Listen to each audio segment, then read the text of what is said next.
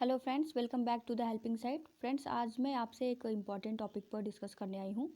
क्या होता है कि बहुत सारे लोग कॉपी तो लिखते हैं, बट कॉपी लिखने के बाद उनके जो मार्क्स आते हैं वो अपने मार्क्स से जो है बिल्कुल भी सेटिस्फाइड नहीं होते हैं। उनको कहीं ना कहीं ये लगता है कि हमने तो कॉपी अच्छी लिखी थी, फिर भी हमें इतना कम नंबर क्यों दे दिया गया। भाई, मेरा तो 20 के ऊपर नंबर आना चाहिए था, मेरा ए ग्रेड बनना चाहिए था, मुझे बहुत बेकार नंबर दे दिया गया है।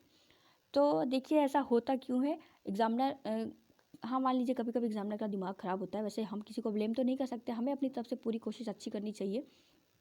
तो मैं आपसे शांति शिक्षा का पेपर लेकर ही क्यों डिस्कस कर रही हूँ, क्योंकि इस बार फोर्थ सेमेस्टर में जो 2020 में नवंबर में एग्ज़ाम हुआ था, जब उसका रिजल्ट आया तो बहुत सारे बच्चे अपने शांति शिक्षा इस अपने 8वें सब्जेक्ट के मार्क्स से बिल्कुल भी सेटिस्फाइड नहीं थे। उन सभी लोग को ये बहुत ज़्यादा क्वेश्चन उनके दिमाग में उमड़ रहा था कि हमें इतना कम नंबर क्यों दे दिया गया है। तो भाई, होता क्या है कि जो ऐसे सारे सब्जेक्ट होते हैं ना, उनकी वर्ड पावर बहुत ज़्यादा ज़रूरी होती है। इनमें आपको अच्छे अच्छे शब्दों का इस्तेमाल करना होता है। अगर आप अच्छे अच्छे शब्दों का इस्तेमाल आप ऐसे एग्ज़ाम में नहीं करते हो, तो एग्ज़ामिनर क्या होता है, आपको समझ लेता है कि बस ये बंदा कहानी लिखने आया है। और अगर आपने एक दो क्वेश्चन ऐसा लिख दिया, तो उसका माइंड सेटअप हो जाता है कि ये अब कहानी ही लिखने वाला है, इसको जनरल मार्किंग कर देते हैं। 13, 14, 15 ऐसे ऐसे दे देता है। इस बार काफ़ी लोगों के साथ ऐसा हुआ भी था। किसी को 12, किसी को 13, किसी को 14, 15 ऐसे ऐसे नंबर दे दिया गया था, क्योंकि लोग इस कहानी लिख के चले जाते हैं। अब आपको देखिए, ये बड़ा इजी लग रहा होगा, ये इसका फ्रंट है, इसका ये बैक वाला पार्ट है। पूरा 1 घंटे का 18 क्वेश्चन आपको दिया जाता है, तो आपको ऐसा लग रहा होगा बहुत ज़्यादा इजी इजी क्वेश्चन पूछे गए, मैं तो इसको बिना पढ़े ही लिख दूँ, है ना भाई। अहिंसा से क्या तात्पर्य है, सब कुछ तो आपने पहले से ही पढ़ा हुआ है। लेकिन देखिए, होता क्या है कि ऐसे सारे सब्जेक्ट आपकी वर्ड पावर मांगते हैं। अगर आप ऐसे सब्जेक्ट में अच्छे से शब्दों का इस्तेमाल नहीं करते हैं, तभी आपके नंबर कम आते हैं। उसके बाद आप एग्जामिनर को गाली देते हो, है ना। मैं जानती हूँ बहुत सारे लोग गुस्सा करके, भाई कौन मुझे नंबर दिया साला, ये वो। चलिए ठीक है, मैं आपको बताती हूँ कि आपको ऐसी गलती नहीं करनी है। खुद से होशियार रहिए भाई। जैसे आपसे कोई क्वेश्चन पूछता है कि शांति शिक्षा क्या है, तो आपको दुनिया भर की कहानी नहीं लिखनी है कि शांति से शिक्षा दे दी जाए, शिक्षक शांति से छात्र को पढ़ा दे। बहुत सारे लोग ऐसे करते हैं, मैंने आजू बाजू बहुत सारे लोग ऐसे बैठे हुए थे, कुछ भी कहानी लिख देते हैं वो लोग। तो आपको कहानी नहीं लिख के आनी है इस बार, कहानी बिल्कुल भी नहीं चलेगी, क्योंकि बहुत ज़्यादा टाइट कॉपी चेक हुई थी फोर्थ सेमेस्टर की। तो हो सकता है आपके साथ भी वही कहानी रिपीट हो जाए, तब आप क्या करोगे। तो आप पहले से होशियार रहिए। और क्या है कि देखिए, आपका जो अति लघु का क्वेश्चन पूछा जाता है, अति लघु के क्वेश्चन में कोशिश करिए कि 2-3 लाइन में अपना आंसर निपटा दीजिए।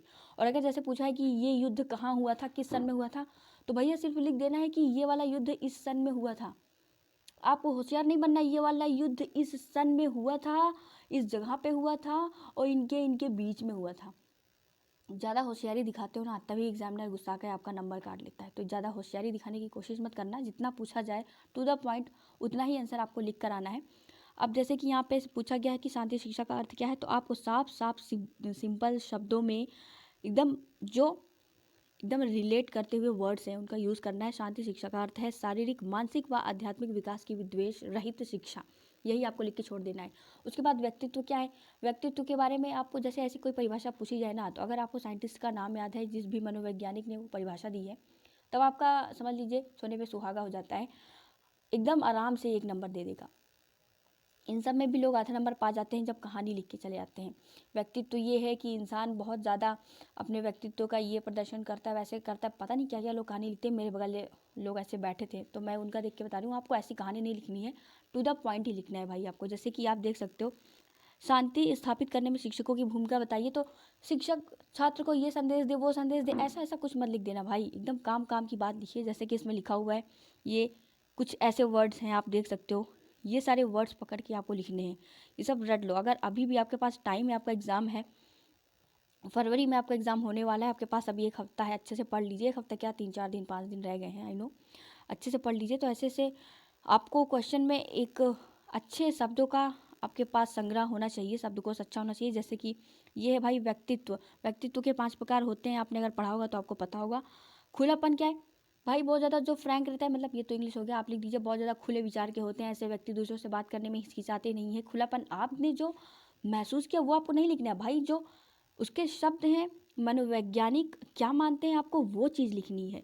समझ रहे ना। जोखिम उठाने वाला, सामान्य से हटकर विचार करने वाला, नवीनता, ग्रहणशीलता, कल्पनाशील। अगर यही 5-6 वर्ड आपने लिख देना, हो गया, आपकी कहानी सेट है। आराम से 2 नंबर मिल जाएंगे आपको। तो ऐसे ऐसे कोड वर्ड का इस्तेमाल करना है। स्वभाव आप देख सकते हैं, एकदम काम काम की बात लिखनी है आपको, एकदम काम काम की बात, कोई कहानी नहीं लिखनी है आपको, सिर्फ काम की बात लिखिए, तभी इस बार आपको अच्छे नंबर मिलेंगे। और मेरा ये वीडियो बनाने का उद्देश्य ही यही था कि मैं आपको बता सकूं कि आप कोई भी इस बार शांति शिक्षा का या फिर कोई भी आप एग्ज़ाम दे रहे हों तो आपको उसमें टू द पॉइंट लिखना है, कहानी नहीं बाँचनी है। इसका मैं आपको प्रूफ भी दिखा देती हूँ कि ये एक रिजल्ट है मेरे पास। आप देख सकते हो कि यहाँ पे शांति शिक्षा 16 नंबर, देख सकते हैं आप कितना कम नंबर आया है। जिसका भी ये रिजल्ट है वो पढ़ने में इतना ज़्यादा लिचड़ नहीं होगा, बट शांति शिक्षा, खैर मेरा भी नंबर कम ही आया था, बट इसका जो है 16 नंबर आया था। और मैं अपना बता दे रही हूँ, मेरा भी 18 ही नंबर आया था, बहुत ज़्यादा मेरा नंबर भी नहीं आया था, क्योंकि कहीं ना कहीं मैंने भी वो गलती की थी, बट मैं नहीं चाहती कि आप ये गलती करो। सो फ्रेंड्स, उम्मीद है कि आज की इस वीडियो से आपको समझ में आ गया होगा कि आपको एग्ज़ाम में इस बार क्या लिखना है, कैसे लिखना है, कोई कहानी नहीं लिखनी है, ताकि आप भी अच्छा मार्क्स स्कोर करके आओ। और ये आपको हर एक सब्जेक्ट पे अप्लाई करना है, चाहे आपका वो हिंदी हो, चाहे इतिहास हो, चाहे विज्ञान हो, चाहे कोई भी आपका सब्जेक्ट हो। उम्मीद है आज की इस वीडियो से आपको काफ़ी ज़्यादा हेल्प मिली होगी। जल्दी मिलते हैं अपनी नेक्स्ट वीडियो में, तब तक आप आगे सारे वीडियोज़ देखते रहिए।